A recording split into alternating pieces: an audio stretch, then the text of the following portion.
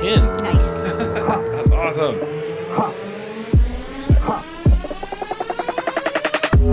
Sicker than your average.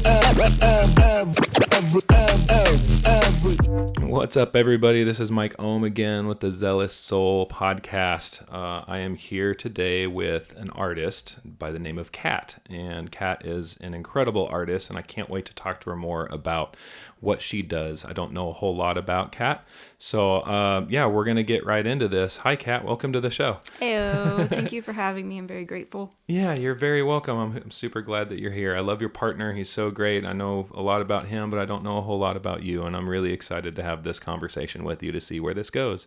So I guess the first thing everybody wants to know, if they want to continue listening, is what makes you a zealous soul?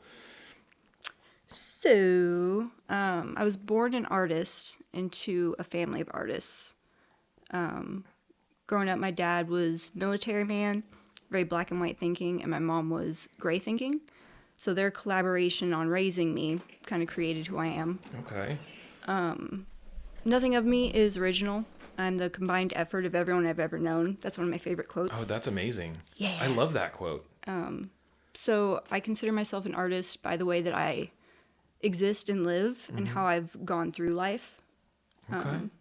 I love that. So now we're touching on artist. I know you're a fire performance artist, right? Is there anything else besides fire performance or like flow artistry that you do in art? I'm curious to know what all the mediums you use in art. So I have we're going to get deep. I have a unique definition of artist and art. Okay. I think that a common misconception with art is a product that can be made. Right. Like an end result, something that can be monetized. Right. And I think being an artist and artistry is way more abstract than just that. Yes. Like it's a way of life and a way of viewing life. I feel that living in a capitalistic society and trying to make art, like the end result being a product, kind of kills artistry, and 100%. it changes the definition. Right. So it loses its definition. Right. Yeah, so you're talking more about artists. I feel you on that because, like, we were just talking about this in this last episode that I had with Jordan Alexis about how I believe everybody is an artist in one way or another. You know, if you're a mom and you're making dinner, you know, you're making art by just doing what you're doing to provide for your children. You know, I think everybody has it in them to be even more of an artist, you know, to express themselves freely. I feel like it's an energetic exchange from inside of ourselves to the outward world. Is that kind of what you're going for there? Yeah, just existing and being at peace. Yeah, that's awesome. Hell yeah. Well, thank you for sharing that. I'm sure everybody's gonna really like that too. So where do you originate from? Are you from Kansas City here, or where are you from? No, so Dad was Air Force. Okay. And we moved around a lot growing up. Oh yeah. I was born in Merced, California. Oh, I've been to Merced many times. Yeah, so California is one of the favorite places that I've lived. Yeah. I did both southern and northern. Okay. Two very different places. Right. But yeah, I love the ocean. I miss it. I kind of feel landlocked here. Yeah. But It's weird being in here. When did you move out to Missouri? so it's been like on and off for about 12 years. Okay. Yeah, I was here and then I moved away to Colorado. I was here, I moved to NorCal, and I came back here and been here solid for about 7-ish years. Okay, so nomadic, very much so. It's something in the way you were born and raised, right? You said you were from an Air Force family, you know, so I can relate because my mom was she was a real estate agent growing up. So she would buy and sell houses and flip them and sell them, you know, keep going. And by the time I was 18, I'd been to like 80 some houses, you know, but it was all in South Lake Tahoe, California. That's where I grew up. So like, I was always the new kid at the schools, and then we moved to Salt Lake City. And then after, when I became an adult, I found it was really hard to stay in one place, you know, and it wasn't until when I moved to Missouri, well, even then, shit, I've fucking moved a whole bunch since then. This is the longest I've ever been anywhere. It's like 4 years going on. I'm like, this is weird. Yeah, it's so cool though. I feel like whenever you're growing up and you move around a lot, it kind of gives you a different world perspective and like perspective on people and relationships than someone who's been in one spot. Right. I don't think it's any better or worse, but it's just a different way of being It and is. thinking. Yeah, for sure. I know when I moved to the Midwest, it was a huge culture shock because California, at the time, it was the year 2000. So it was like December of 2000.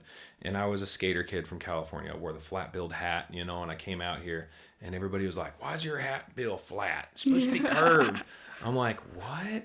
And I realized that it was about 5 years behind in the Midwest for all the trends that I knew, you know, but that was also pre social media. So like we didn't have any of that. So that changed rapidly, but it's such a culture shock to find out people live in one town and they stay in one town their whole life and they don't go anywhere. I've met people that never went to the ocean. I'm like, what? Yeah, you haven't seen the ocean? Right? Dude, when I first moved out here, like, oh my goodness, I got pretty sad because I was like, no one understands me. No one listens to my music. Where are all the other cool people at? Right. But also there's kind of like the warmth Yeah. that comes from the Midwest. Like people are holding doors for me. Like, what was that? Right, You know, right. people are waving as I'm driving down the road. Like, what's wrong with them? Right. Yeah. You actually talk to your neighbors. Yeah. That was the weirdest thing. I moved in and all the neighbors came by and said hi. I was like, I never knew my neighbors once growing up. Yeah. Ever. Yep. Because it's just a different way of life out there, you know. That's super cool. So you've been here for 7 years. When did you start doing the fire stuff? Because I know you as a fire artist, right? So you're really incredibly talented with what you do with your fire. I'm always just Thank you. I always love watching you perform. So I'm Thank just you. curious, like how did you get into doing something like that? So I started with just flow. Right. And it was in California. They had an amphitheater on the beach. And like all the cool kids would go to the street market fair on Thursdays. And I was walking past the amphitheater and I saw someone with an LED hoop. And I had never seen it before. Yeah. So I went down and was like, where'd you get that? Right. Like, how are you doing all that? She was like, well, wear some loose fit clothes and come here tomorrow at 1 and I'll show you. Okay. And that's how I got into hooping. Oh, cool. So her name's Lola and she's like my hoop mom. Oh, nice. And she's fantastic. Yeah. I mean, we still keep in touch. Yeah. But That's she awesome. taught me just the basics, like the foundation of it. Right. And then going back, like tying into like art and like flow art, I feel like flow arts is the mindful practice with the intention of obtaining proprioception. Yeah. So like with the intention of it becoming just subconscious and like a flow, like a movement. Right. Right. Yeah, so I mean, that was kind of, it bleeds into other things, Yeah. doing flow. It bleeds into like practice and like making habits and growing in that way. It's just like a physical form of that pattern Yeah. of growth. And it kind of helps you with the growth mindset. Like you have an intention to obtain something at a certain point. Right. So it became meditation because you're mindfully in the moment with your prop. Right. And then you're able to, once you find your flow with it, you're able to just kind of be in that zone and be at peace. So yeah, I've been hooping for over half my life. That's amazing. And, I'm big on growing and with patterns and whatnot. And you see nature, and nature does that on its own. Right. It grows with the purpose of growing into itself, and it gets the things that it needs from what's around it, just by nature, without any kind of judgment upon itself. Right. So I feel like nature kind of has the blueprint that humanity kind of needs to adopt. And it's Right. very hard because most people consider humans and like the human species to be more developed and different from other species because it has the ability to have complex cognitive processes Right, and right. deep emotions and feelings. But we're not separate from nature, though. That's the misconception, right? We are nature. Yeah. And a lot of people think that just because we can manipulate our environment makes us above nature. Yeah. Right. It doesn't. It doesn't. No. No. And I love knowing the fact that I'm another animal on the planet, right? Because once you do that, then you're like, okay, where do I go from here? I am one with all of this stuff. And I feel it just kind of makes you feel more accepting of the universe, and like our inevitable demise, because we are not going to be here forever, right? And it's just an ebb and flow. And I love that. I love your perception so far. Like you, Thank you. yeah, super cool thoughts. Yeah.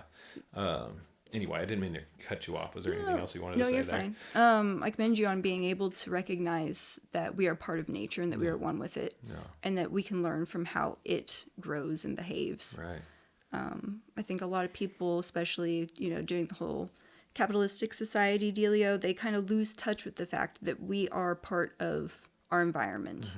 And ultimately, I don't think that we are any more complex than our environment. Right. I don't think we're more developed because we have sensitive emotions. Right. I feel like things in nature also have those things, but they just are able to show them in different ways. Yeah.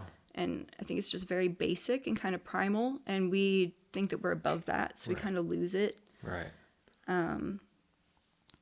But yeah. I mean, some people I've met are pretty basic and primal, Yeah. that they don't have that emotional maturity to see that and distinguish it within themselves. And that's just a part of growing. And I remember when I learned emotional maturity, and that I didn't need to let my emotions control everything that I'm doing. That's a big thing. Once you learn that, then you can say, okay, these are just that's my guidance system. I'm angry right now. What's this anger for? And then you're like, you kind of go deeper into it. And that's that part that you say, we have this complex thinking about it, right? Mm-hmm. And I love that. I like to try to teach people that emotional maturity, especially in my work that I do. And whenever I'm showing people how to do what I'm doing, and you see them getting frustrated, I'm like, we just have to take a breath, and just do the thing. Not to say that I don't get angry. We all do. No, and I think that's the practice of radical acceptance, like accepting things like they can be this certain way and they're true, and you can still persevere and deal with them and handle them. Right. So, yeah. Oh, that's so cool. I love that. Hell yeah. So, when I asked you to be on this show, you sent me a whole list of things that I was just like, what? I don't know what to do. Like, Yeah. It's obvious that you are very poignant and you are very professional. So I'm wondering, where does that come from? Obviously, you've had some perception and experiences in the past with stuff like this, media. I'm curious of where that side of you comes from, because I was just like, oh my God, this is just me talking to you in the basement. Like, I don't know. Yeah. I don't know what Sorry. I'm doing. No, I didn't mean to scare you. No apology necessary. I'm just very curious, So there's two things about me that should be well known and are well known by people that work with me, is that if you ask me to collaborate on something, one, I'm going to give it my all, Right. and two, I'm probably going to show up later. We're going to start late. So I'm very passionate about things that I do, and collaboration is very important to me, because that is the best way to be able to articulate your emotions and your experiences, is to have, two minds are better than one. Right. So whenever I'm asked to collaborate with other artists, it means a lot to me. Yeah. It means that they feel like they can identify with my way of expressing myself. Right. So yeah, I've done a lot of modeling all through growing up, did a lot of dance, sports. That was one thing with my parents, that they wanted us to be involved with other children and other things and activities. Right. So, my dad being military, very black and white thinking, it's all or nothing, good and bad. Right. So part of me is like, I need to know all of the nitty gritty details. Yeah. And a lot of creating digital art, there's a whole lot of legality that surrounds it. So I think I came off and I kind of scared you, but the thing is, I was actually trying to show you that I'm passionate about it. Yeah. And I'm ready to do it the right way. Yeah. And to you, you're like, oh, this is just a podcast in the basement. But to me, I'm like, I am being called upon to share my experience and my perspective. Yeah. And that's very important. So Right. sorry that I like hit you with all the questions. I was just very excited to be involved. No, I wasn't scared. I was just like, oh my God, is this something that I actually need to like think about? Because like all the bullet points that you showed, I was just like, oh man, okay. Because I do think that this is going to get bigger than what it is. Obviously, this is only episode, what did I say, 9? Yeah. And I've already had a lot of really good feedback. People are saying that it's very inspiring to them. It's showing them that they can pick up their guitar after not touching it for a while. After a Jordan Serpentini episode, I had a good friend of mine hit me up and bawling, saying thank you for being the catalyst that's doing this, you know, because I just love all the people that I'm surrounded with all the time, you know, with being a part of ReKinection, and everybody's so interesting to me, and I don't ever get a chance to like sit down and talk to them, right? Because I'm so busy. And that's you are surrounded by some really awesome people. And the people that you have interviewed so far, I listened. Yeah. But you've got some really awesome people. Yeah. I love Caleb. Caleb I loved is listening to amazing. his episode. Yeah. Just his way of thinking and being in his goals. It is super inspiring. Because, you know, we all get so busy in our own lives, we don't get the chance to just sit down and really get to know each other and talk unless we make time for that. Right. So, yeah, it's gonna get big. Yeah. Like, no doubt, because you're surrounded by really cool people. Yeah. So yeah, That's my goal in this project, is just to show people that, you know, these performers, these artists, these healers, these guides, they are so much deeper than what you see on the surface. You know, when people look at me, they judge as a snap judgment. You know, with tattoos, you're tattooed as well. You know, and we get those judgments, and it goes back to that capitalistic society, right? It's like, if I don't have money in it, I don't want to give it my time, you know? Yep. And it's like, how far do we go with that until we just hate each other, and it's all it is a business. Everything's a business. dude, and that's the struggle. That is the struggle of being an artist. I'm gonna throw out another quote that's one of my favorites. If you're born an artist, you have no choice but to fight to remain an artist. Yeah. And I think, you know, the very blatant definition of that would be, you know, being an artist in a capitalistic society, and then having the definition of art being a product. Right. But the reality of it is, like, you need to have financial stability. And if you choose the path of an artist, it is going to be difficult. Everyone can agree on that. Oh, yeah. So that would be, like, the fight. But also there's, like, the internal part of that quote, which would be, like, dealing with imposter syndrome.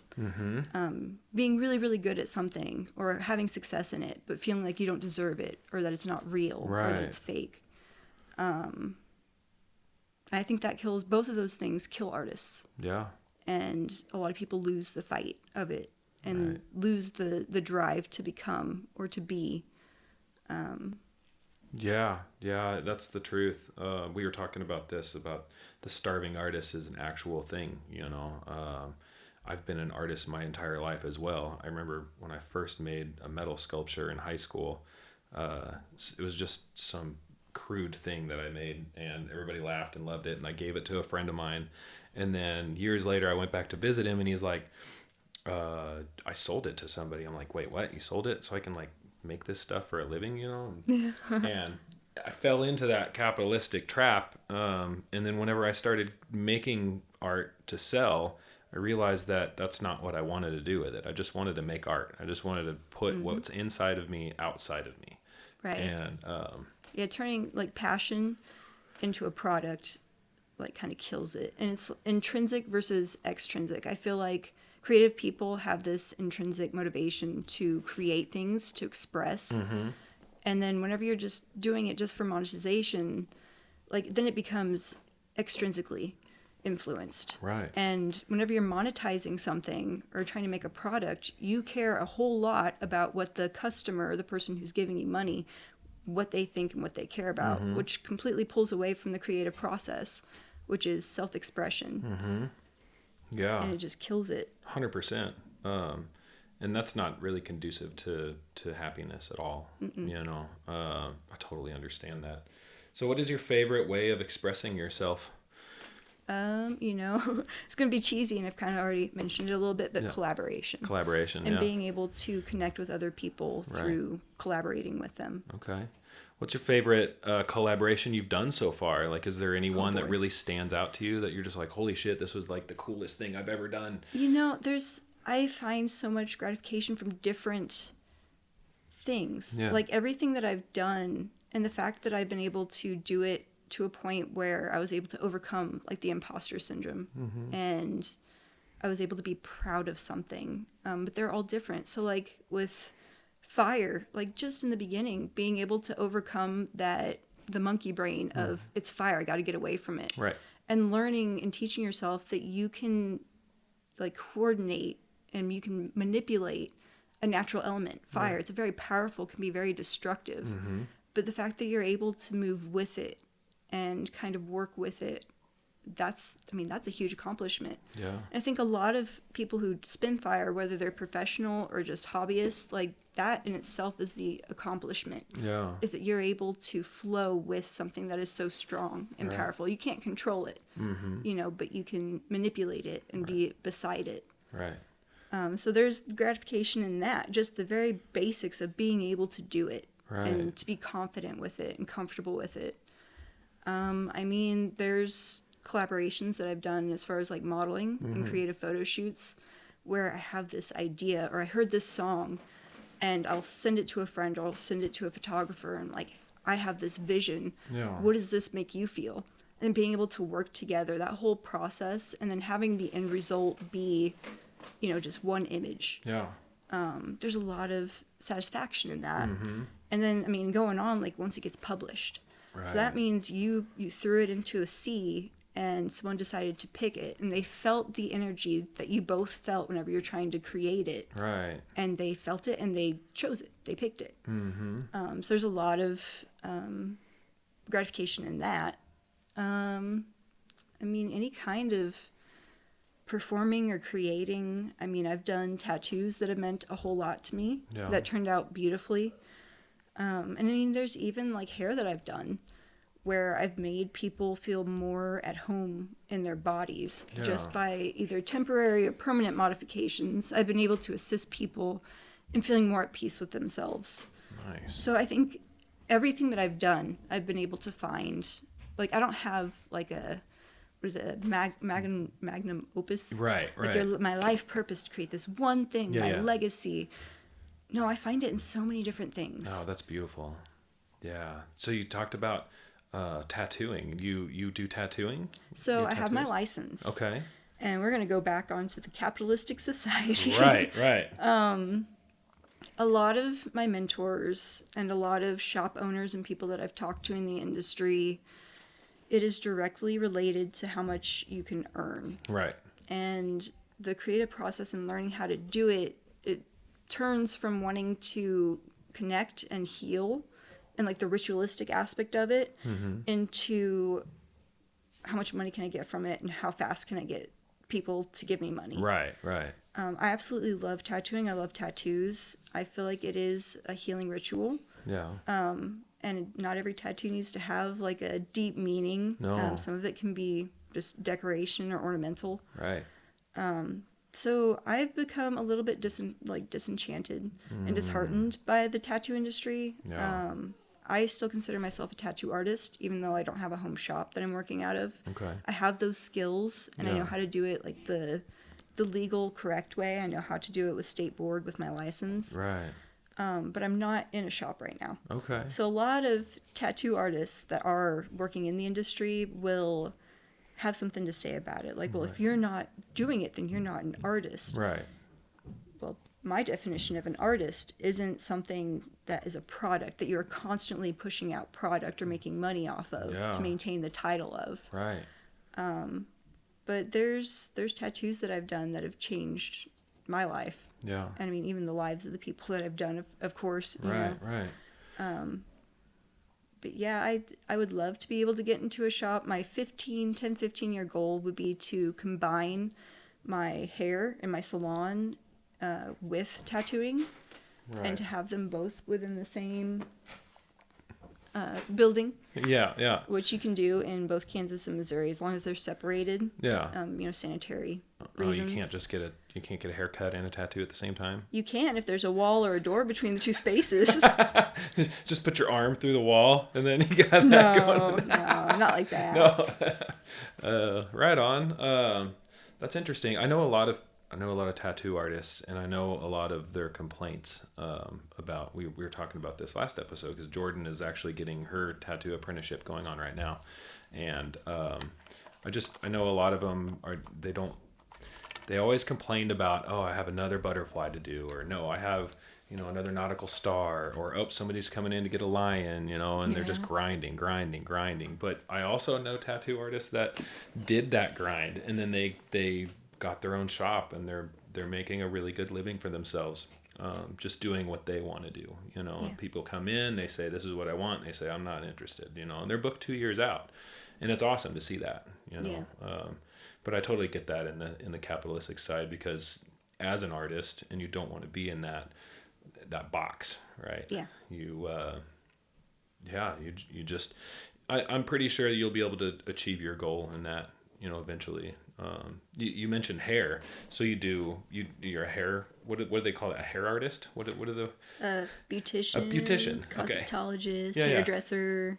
Cool. I touch people's heads. Yeah. Yeah. You wouldn't be able to do much for me, but I can make it shiny. you go. I just Yep. did. I just shaved this morning. It's nice and shiny. Put a little bit of olive oil on it. Yeah. Hey, no, for real. That's what they sell. Do they really? It's spray. Yeah. But olive oil. I have olive oil spray for upstairs for my cooking. We just do the same thing. Just. Yeah, get you a little mister with it. Oh my god, that's Yeah. ridiculous. Really good for your skin. Yeah, I'm sure it is. I'm sure it's great, but I don't know if I want a shiny head like that. That Yeah. seems kind of weird. Yeah.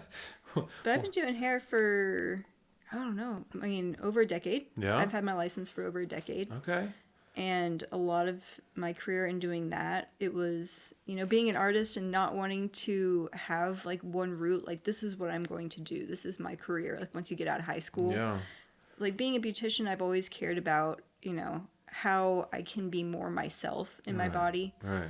So that was one thing, with my parents. They're like, okay, you don't have to figure something out, but you got to do something just so that you can, until you figure something out. Right. So like do beauty school.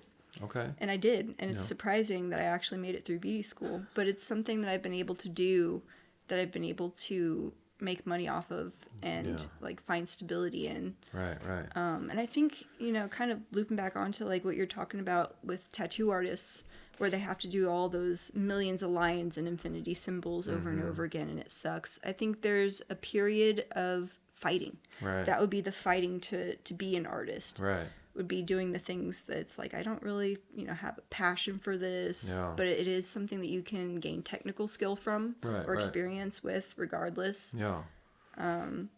So yeah, I do hair, and I'm just recently within the past year or two able to do hair that I want to do. Okay. That more like resonates with like, I feel like this is creating art. Yeah. It is art. Absolutely. And it's, it's science too. Yeah. Because I'm Yeah. dealing with chemicals Right. on top of chemicals, with different textures, with different health, like integrity of hair structure. Yeah. There's a lot that goes into it. And yeah, I love doing hair. That's awesome. I have a daughter. Well, I have 2 daughters and a son. But whenever my first daughter, I had her, I'd never really dealt with any hair. So like I didn't know how to do pigtails. I didn't know how to do braids. I didn't know how to do buns. And then like when she got a little older, I finally figured it out. So then when I had my second daughter, I'm putting pigtails in her hair and stuff. But I'm still like, as a bald person, like I don't have that skill. And I really envy people that can do cool stuff with hair, because I see hairstyles that are like, whoa. Especially today, like the way they dye it. I mean, Kaya just had her roots dyed. She said it was like ghost roots or something. Yeah, where it's bright and then dark on the ends. Yeah. Super rad. And I'm like, what is this? It's like people are coming up with new hairstyles, and I love it. And It's fun. yeah. So what's your favorite part about doing hair? Is it more like the dyeing? Is it the cutting? Is it shaping? Like, I'm curious to know, or is it all of it? Like, So kind of like, with tattooing, it's a form of healing, like a ritual healing. yeah. In a way, where someone has a problem and you're able to come in with a solution and help them. Right. And it's mainly about them feeling more comfortable in their bodies and how they present themselves outwardly to society. Right. So I'd say my favorite part about doing hair is when I'm done doing somebody's hair and I'm trying really hard to not be obvious, right? And they don't know, and I'm able to look at them and tell that they are happy. Right. That I have been able to give them the gift of feeling comfortable in their body. Right. That to me, that's it. Yeah. That's the thing that I love to do the most, is execute, Yeah. what their vision in Yeah. the best way that I can. That's so cool. You're such a caring individual, just from what I've talked to you right now. Like I've talked to a lot of people in my life, and you can tell the ones that actually do have passion and care about others. I love people. I do care about everybody. I want them to be happy. You know, I want a lot of the hatred to go away in the world, because there's far too much of it, you know, and I think that just stems back to that capitalistic thing, you know, the division that's created. It's just sad. So hearing somebody that says they want to just make someone feel better in this existence is refreshing, you know. I'm a very sensitive being. Yeah, I have I can tell. very intense emotions. Yeah. It's been a lifetime of that, and Yeah. you know, kind of dealing with that within myself. Yeah. So I'm able to empathize with other people on things, and I know the importance of feeling like yourself Yeah. by your appearance. Yeah. Yeah. Very much an empath, right? Yeah. Yeah. I think a lot of people, so that's another one of those therapy buzzwords that people misuse online. Yeah. But yes, I'm very empathetic, and I can be very sympathetic with people as well. Right. You know, the things that I've been through, I'm able to help people that are, if they're going through it, it's their first time going through something. Yeah. I know what I went through, so I can apply it and help them. But also I can be very sympathetic, where I can see someone, I've never been through that, I've never felt that emotion, but I can kind of relate to it, and I feel for them, so I'm going to help them in that way. Yeah. But yeah, I'm just a really sensitive and emotional person, and I think Yeah. all artists are, Oh, 100%. you know? Yeah. And I think that's the desire to create comes from those deep feelings. They're all very sensitive people. Yeah. Yeah, for sure.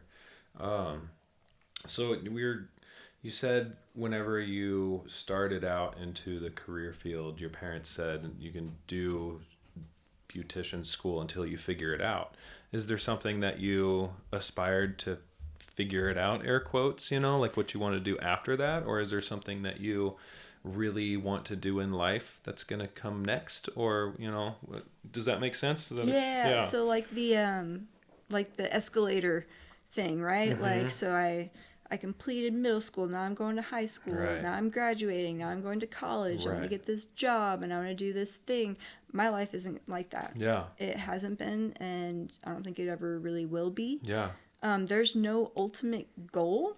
I mean, there's things that I would like to do, Yeah. like, you know, having the tattoo and hair space. Right, right. Like, that is something I would like to do. Yeah. But if that's not how the cookie crumbles, I'm not going to feel like I failed. Right. Right. I mean, you know, and my dad being black and white, education was very important to him. And knowing what you wanted to do and being able to provide to help me to get to that point was very important for him. Right. My dad's a very strong man. Yeah. I really appreciate everything he did for me. I don't think he was prepared to have an artist, Yeah. a creative as a daughter. But, you know, whenever I was growing up, I wanted to be a marine biologist. Oh, that's cool. Because I really connected with the ocean Yeah. and like the deep and like the unknown. Right. But then, you know, I got into like high school and started getting into like psychology and understanding that really interested me. So I wanted to do criminal psychology Right. Right. and like work with forensics and like work with, you know, people in prisons. Yeah. But then, you know, I went to community college and started taking some of those courses, and I was like, wow, this really sucks. Like, if I wanted to work for the government, like, I couldn't be myself. Yeah. And I'd have a really strict and structured schedule of 9 to 5 all this time. Also, by the way, you can't have tattoos or cut your hair or color it. Right. So all the things that like I'm like, that's not going to work out. Yeah. I mean, then I didn't really think that beauty was going to be my thing. I felt like it was just going to kind of be like a temporary, like, oh, I'm just going to have it kind of thing. Right. So yeah, I never really figured it out. Right. There's just things that interest me that I pursue. No. And a lot of the times, they kind of translate into each other. Right. Kind of like flow props. Yeah. You know, Yeah. like how the hoop can translate into the staff, or how like, you know, the poi can translate into the fans. Like the movements, it's different, but it's all kind of combined. So it's, Right. however, like the river flows, like it doesn't wonder where it's going to go. Yeah. It doesn't plan for wherever it's going to go. It just kind of hits the obstacles and changes course, you know? Right. No, that makes total sense. I love psychology and what's the other one? Anthropology. I love the study Yeah. of humans. I'm really always been curious about that, and one of the things in psychology that I kind of picked up on was like in life, that life is like a river, you know, you just want to just flow down the stream, like merrily, merrily, merrily, life is but a dream, right?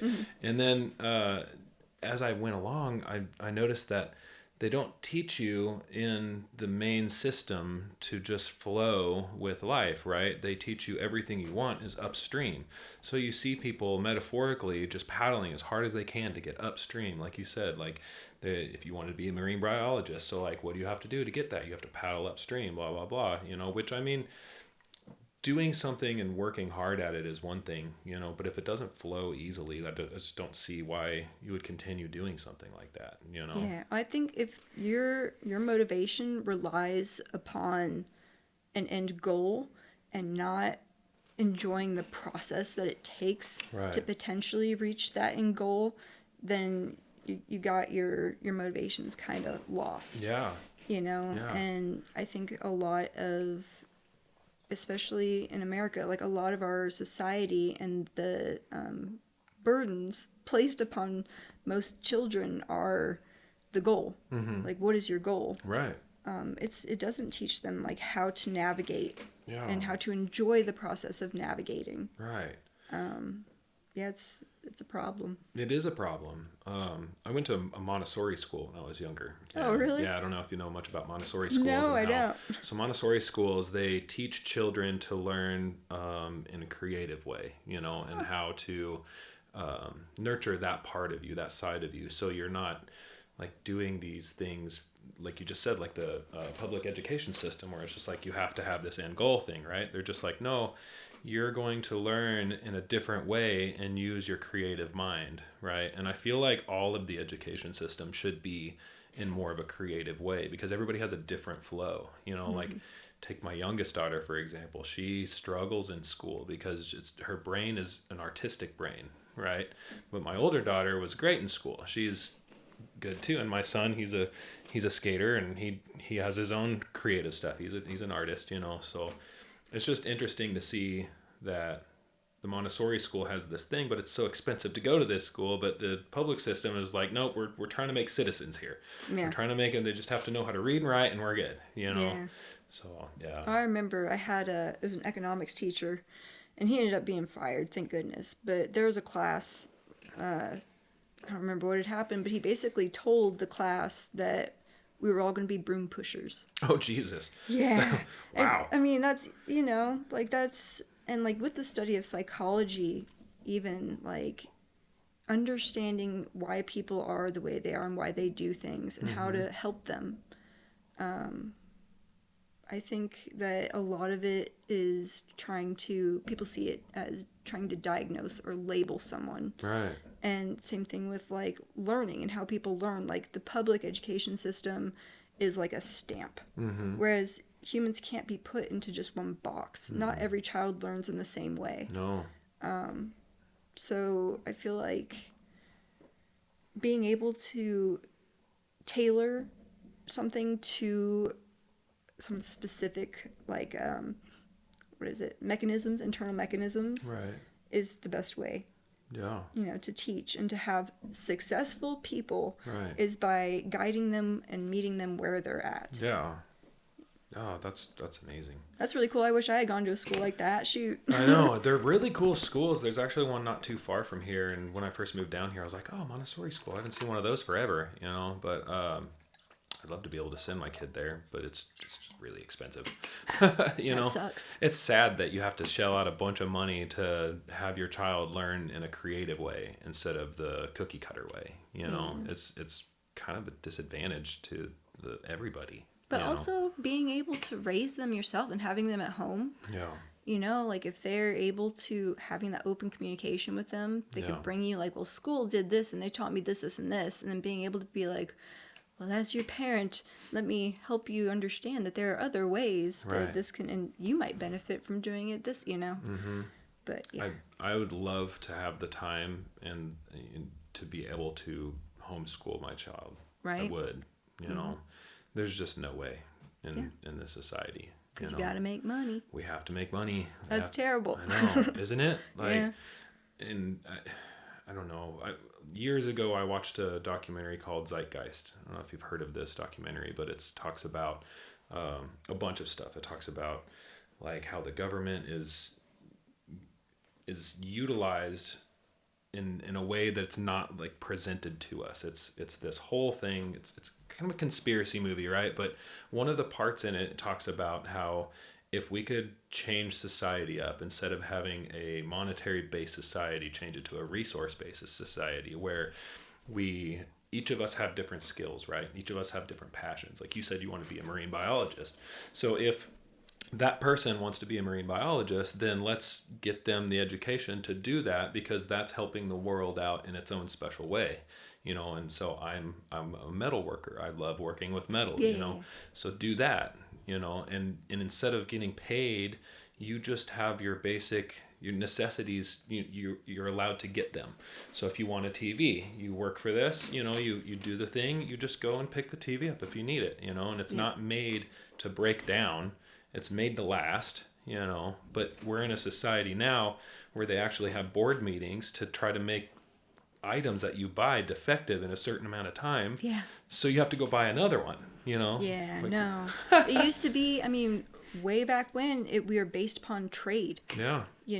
And like before the Confederate Bill, it was all trade. Like if you have this thing, we need this thing, and you have, you're very good in those things, and you trade it. Right. I really wish we could go back to that. I really do. I do too. Yeah. But we're so far and so deep into like trying to implement and like create structure that it's almost lost. Yeah. That's another cool thing about being an artist, is that yes, there's the struggle of financial stability and trying to find and navigate your way to it. But also, you are able to trade with people. Yeah. You can trade your art for things that you need. I wish we could go back to just full trade, and then also like not having to have certain amount of hours to make certain amounts of money or to do this certain thing. Right. But be able to actually connect with the people around you. Yeah. And live based upon your connections. Right. With other people. Right. That would be beautiful. It would be beautiful. I don't think we'll ever see it. Yeah. I think the only way society is going to shift is if almost a complete destruction of everything and a rebuild, and that's sad, because that's like most of humanity would be gone, and then we'd have to rebuild from there. And it's like, man, that's really depressing. It's sad. That's pretty depressing, man. It is sad. But there are people out there that are like working. Yeah. That are trying to choose that kind of way of living. Yeah. And I think it could be done, but I think people need to care a lot. Yeah, they do. They need to be really passionate about it. More than themselves. Yeah. But to care a lot about everyone and other people. Right. That's the only way it's going to happen. Yeah. I don't think it necessarily needs to be like deconstructed or demolished. Yeah. But I think that it's something that needs to be reformed. Right. And we have to come together to do that. Yeah. And the way the system's made is not We can't do conducive that. to that. Yeah. No, it's about dividing. You think this way, you think that way. You're a conservative, you're a liberal, blah, blah, blah, blah, blah. And it's always divisive, know. It makes it hard to connect. It does. Yeah. Yeah, if you're interested in looking about that resource-based economy, it's called the Venus Project. So just put that in the ether there. Yep, I'm going to save it in my notes, because if I don't, I'm going to forget it. Yeah. Well, you can go back and listen to your episode again, too. Oh, I will. I'm going to hate how I sound, too. It's so weird, like, you listen to recordings of yourself, or you look at pictures of yourself, it's like, I don't sound like that. Right. I don't look like that. Yeah. But you do. Yeah. I think whenever I listen to myself, I sound whiny and pompous. I'm like, Yeah. is this really how I come off? They're like, no, you sound just like you. You're fine. It's okay. I feel like my voice is like deep. Yeah? And like in my head, I don't sound that deep. But Right, whenever right. I listen to it, I'm like, oh, wow. Very deep. Yeah. It's weird how that works, isn't it? Yeah. So I want to circle back to marine biology, because I am fucking terrified of the ocean. What makes you want to go out into this zone or made you want to go out? Maybe you still do. I don't know. But going into an area where we cannot survive and live in the ocean, where everything wants to eat you. Why would you want to do that? So kind of, it's one of the four elements. Yeah. Water. kind of the same reason why I was drawn to working with fire. Right. But growing up, my Hawaiian grandma, she lived in Hawaii. Yeah. And almost every summer or every other summer, my parents would fly us out to Hawaii and we'd spend the summer with her. Growing up, I didn't realize like what a treat that was and how gifted. Yeah. But I remember like one of my earliest memories of the ocean would be flying into Hawaii and looking out the window and just feeling like the ocean was speaking to me.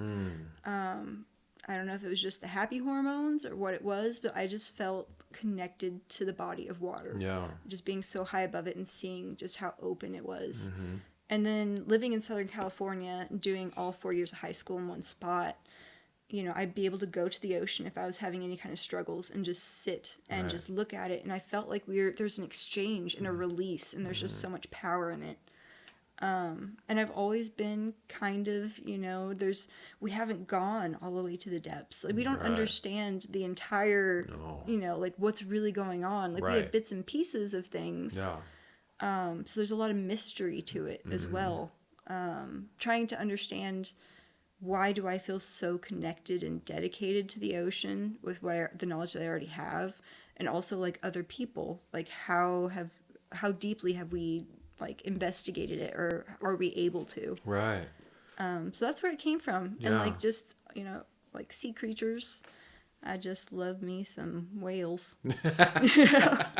That's awesome. Hell yeah. I have always said, being somebody from the mountains, I'm a mountain person, is the mountain and the ocean are two places that you can go to see that you are just a tiny speck on this planet. Like in the Midwest, there's not a lot to look at. There's a lot of trees. There's not a lot of big things to look at, right? But when you first go to see a mountain that's just this raised land way above you, you're like, holy shit, I am an ant. Same with the ocean. I feel like it's humbling. I feel like people who live around those have a different perspective, Because you're able to connect with them in a different way. Right. I tell you what, I love the mountains just as much as I love the ocean. Yeah. But they're two completely different things, but the same amount and like of passion and connection I feel to each of those. Yeah. Yeah, I lived in Colorado for a little bit. Nice. And yeah, it's kind of like the ocean. I was going through something. It's like, hey, I'm driving up to the mountains. Right. I don't know where I'm going. I'm just going to follow this road.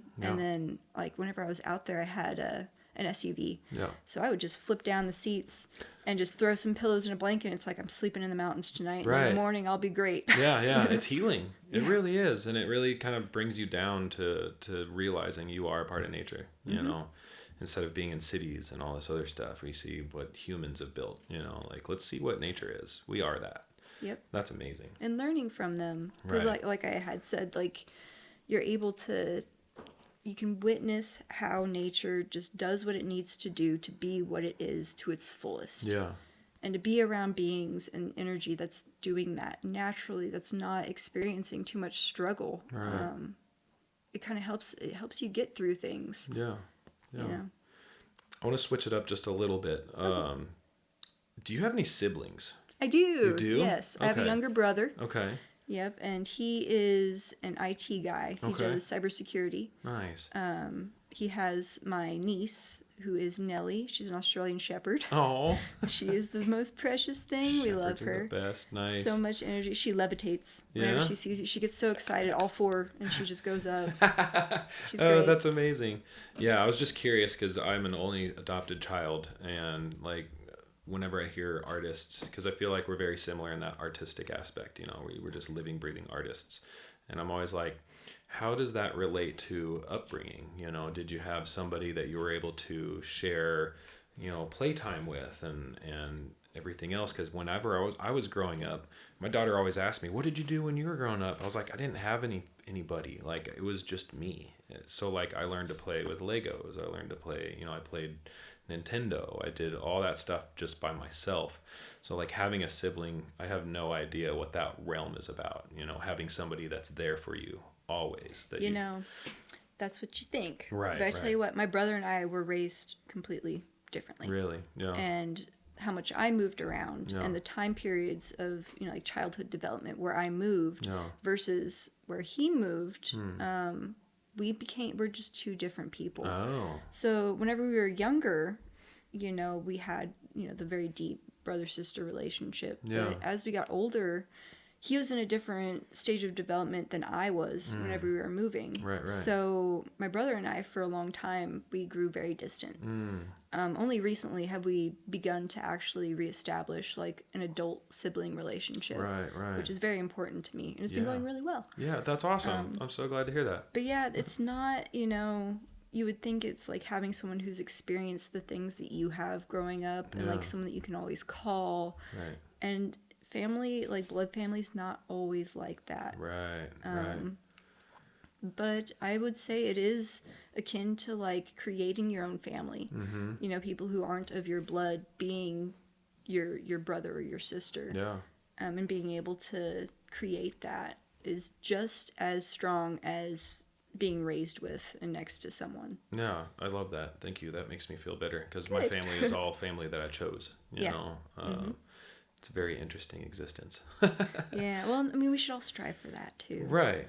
I mean, some people they're lucky enough to be born into families where like that is their, they just click with each other, and I think there's at certain points there is that, but also like making the decision to try to collect people that you want to be a part of your immediate circle. Right. That's a fun part of being human. Yeah, it is. I agree with that. Yeah.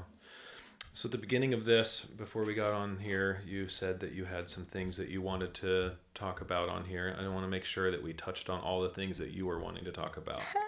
I don't know if we did or we didn't.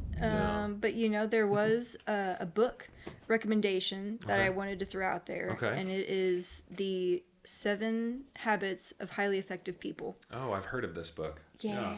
So it can be kind of like a dull read if you're not really into it. Right. But being an artist, trying to find happiness and also success on the journey of it, and the fight to remain an artist, I think there's a lot of different things that are applicable to that. Yeah. And it's very helpful. It's a good read. I love that.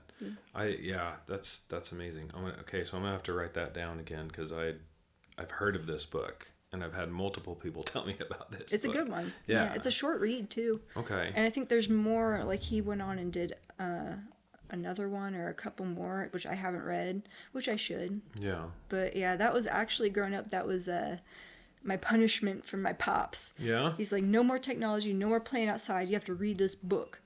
And like I was like, okay, I read it, and he quizzed me on it, right? Yeah. So then it got to the point where it was like I was writing an essay on what I learned from the book, but eventually, once I actually did that and understood, like that's one of my favorite books. Yeah. It's a really good book. Oh, that's awesome. Hell yeah. Right on. Well, don't sleep on that book. Yeah. It's an old one, but a good one. Right. So what's next for you? You got anything planned for the future, the near future? Anything that you want to like promote about your life or what you're doing or anything like that? I got my salon suite. Yeah. So, consider me for your beauty needs. How do we get a hold of you for that? Is there a salon that we go to, or what's the name of it? So I call it Cat Snips Beauty. Okay. Because I go by Cat. Yeah. So, Cat Snips sounds like catnip. Yeah. Yeah. Oh, that's amazing. I love that. I didn't think about it, though, whenever I chose the name. When you Google that, a bunch of spay and neuter clinics pop up. Snips. Yeah. So I had to pop beauty after it. Right. Yeah, you can book with me through my website. Okay. Or on social media. Okay. I have a Square website that I'm using. Cool. So yeah, that would be cool. And then, as far as like doing tattoos and whatnot, if there's another artist that is more passionate about the process than making money, I'd love to maybe like co-own a suite with another artist. That'd be cool. Yeah. We've got a lot of people that want tattoos for me that have kind of been like on hold. Yeah. I'd love a tattoo from you. Yeah. Yeah. Cool. I've never seen your portfolio or anything, but I can already tell that you would put a lot of intention behind it, And, I love design work. Yeah. That's amazing. And then like for performing and whatnot, like I would love to be able to entertain people and help, make events more fun and interesting. Yeah. But also like I just want to hang out and flow. Right. So if there's any people out there that are like, I don't know and I don't feel comfortable and I just need a friend, I would love to flow with someone. Just like one-on-one flow time. Yeah. But yeah, if you're trying to collaborate on something, like reach out to me and I'll give it everything that I can. Awesome. That's what I'd like to promote about myself, is my willingness and my desire to collaborate with other people. Yeah, you have that desire of wanting to just interact and get to know people in the community. It seems like, you know, just like I do. I'm just like, I just want to know. Yeah. I just want to hang. Let's do stuff. I don't ever hang with anybody. We're so busy doing festival stuff that it's like people come over and it's work, you know. And like I can't even remember the last time I spun fire. But you get to enjoy your festival, right? Like after the work's done, you get to hang out, or are you just constantly running it throughout? So there is a time when it's over that we have like a little staff and everybody party, I guess, if you will, where we just chill out and hang out and talk about the weekend and all the funny stuff people said and all the things that we can do to improve when we're, you know, next year and all that stuff. So there is that time. Yeah. And if you are at the festival and you see me driving around, you can always flag me down and jump on my cart with me, and then we'll just talk. Nice. I'm actually thinking about going to Best Buy and getting a GoPro camera to mount on my cart. Heck and then yeah. having mini interviews with people at the festival. Dude, get a 360 camera. 360? Get a 360 camera. Yeah? Yep, because then you can also see all the things around that you're driving past. Ooh, that's a That'd be good real idea. cool. And you can like mount it to the thing facing down and then do the whole thing. Okay, I might do that. I'm trying to do it as like a dual purpose thing because I want to have the camera set up in here, right, for the studio, and I want to be able to take it. So I was like, GoPro is a takeable camera. I can do a bunch of stuff with that. Yeah. So, but I'm still new to this. Like I just now, you know, 4 episodes ago figured out how to do the audio on this, like to where it's not like inconsistent, you know? Yeah. So I'm feeling the learning curve doing the video and then transfer into the audio. It's going to be interesting, but you know what? I like learning new stuff. Oh, I it's like so doing much new fun. things. Yeah. Digital art, so much fun. I love it. I started doing Photoshop and I was like, this is Oh, so yeah. cool. Adobe. Yeah. Adobe's great. Yes, it's awesome. Laura taught me and she's like, you're actually the fastest I've ever seen anybody pick up Photoshop. Nice. But I became obsessed with it. I was Yeah. like, this is so cool. Oh, yeah. Editing's Yeah. fun. That's awesome. So we're wrapping this up. Is there any question that you want to ask me that you've always wanted to ask?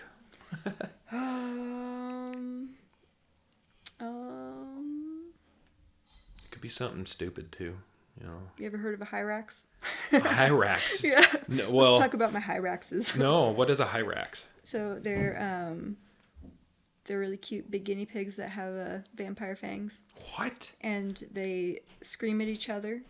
They say awawa. A Wawa? Yeah. Oh my God. And then they stick their tongues out and wiggle them in certain ways. What? And they communicate that way too. What? It's Where? usually like a harem, so it's like one male and a bunch of ladies. Oh They're my all God. his ladies. What? Yeah. Where do they live? Oh God, I think it's like Africa. I think Okay. it's like Central or South Africa. Oh I my could be God. wrong. H-I-R-A-X? No, Hyrax? Hyrax. Okay. Hyrax. Okay. Yeah, I messed that all up. Yeah. Now I want to know. Now Yeah, I they're need to great. see it. What's your favorite animal? My favorite animal. God, I have so many animals that I love so much. That's a hard one. Okay. What is your top 3 spirit animals, or rather animals that you feel like your spirit or soul resonates with? Sloth. A sloth. Yeah, that's Yeah. actually my favorite animal. I don't know why I even hesitated on that. I love sloths. Everybody Yeah. knows I love sloths. And it's not because they're slow. It's not because I'm slow. It's because I'm very methodical with what I say and how I do things. You know, everything that I do is with intention. And that's how they are. They're like really slowly like grabbing the branch, and then they go and then they're looking at it and they're like, all right, cool. So a sloth. I guess the next one would probably be a dolphin, because dolphins are really fucking cool. Oh yeah. They're really interesting creatures, super intelligent. And then, oh man, number 3. See, this is hard because I love all animals. I know. I mean, I'm guessing soon as I look up a Hyrax, that's what's going to Yeah. be my third one. They're fun. They're great. Yeah, I need to just remember like what my favorite animals are. I always really loved eagles for some reason, you know, golden eagles to be specific, not like the bald eagles. Everybody's like bald eagle, you know, but like in California growing up, we had golden eagles everywhere, and they're just such majestic creatures. Yeah. So like if I die and there's like a load screen, that's how I like to picture what happens after you die. There's a Yeah. load screen. You're like a video game. You're like, select your character. Yeah. It would be sloth first, dolphin second, and an eagle, because I want to know what it's like to just fly around, fly around in the water, and also just hang in the trees for like 70 years, come down once every week, take a 10-pound poop, go back up in the trees, and not have to worry about this making money stuff. I'd love to just chill. Yeah, just exist and just be. Exist. Yeah. Well, thank you so much for coming on. Thank you for having me. I really I'm so grateful. Yeah. This means a whole lot to me. Good. Being able to talk and share, and then also being able to have other people listen and hear it. Yeah. It's very important. Good. Thank you. Well, you're very welcome. And whenever I get the video cameras set up, I'd love to have you back on, and we'll do like a follow-up, and we'll just, we'll have it, because people are wanting to see everybody's faces, and they want to see our interactions and our body movements and all that stuff, so I'd love to have you back on again. So I would love it. Thank you so much. Yep. Thank you so much, everybody, for this coming and listening to me again. I appreciate the support. I appreciate the love that I've been getting from everybody. I'm really excited to see where this project goes. So, and thank you, Kat, for coming again. This one's going to be available at the end of the month. Yeah. Even though it doesn't matter that I'm telling you right now, because you're listening to it whenever it's out. So anyway, thank you. This is The Zealous Soul, brought to you by ReKinection, and we will see you guys next time. Bye.